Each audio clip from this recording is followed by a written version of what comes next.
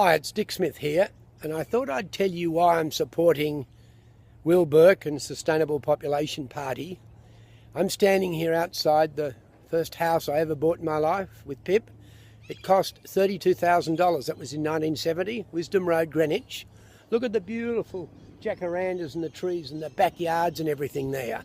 Now, just about every politician spruiks growth the whole time. They tell you, how can we cope with the growth? They don't actually say we don't need the growth, and that's the difference between Sustainable Population Party. And the reason I'd like you to vote for the party is not to change the government. I want to give our Prime Minister a go and see how he goes, but I'd love to give politicians a message that we're not all stupid. We know that perpetual growth is impossible. When Kevin Rudd was talking about 36 or 40 million big Australia, that's not the problem. It's when it gets to 80, 100, 200, 300 million. If you always have growth. And I have no doubt we can keep Australia about the same if we stabilise at about 26 million. All of these houses with backyards where our kids can play, you can have a swimming pool, can stay. Otherwise, they'll all be ripped down one at a time and the high-rise will go up. High-rise will go initially to 5 or 6 stories, and then, of course, because you've got to double the population once again, they'll have to go to 20 stories. I've just heard that North Sydney Boys High they're now planning to keep it a selective school, but to go high-rise.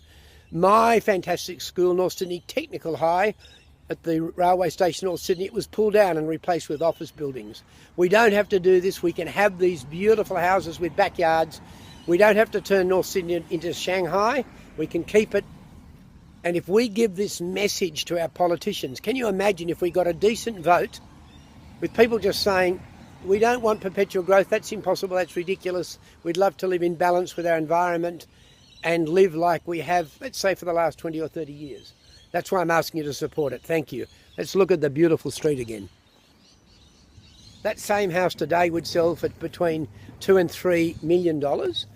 And that means it's between 4 and 6 times less affordable for a young couple if you compare it with the average wage back when I bought the house originally with Pip.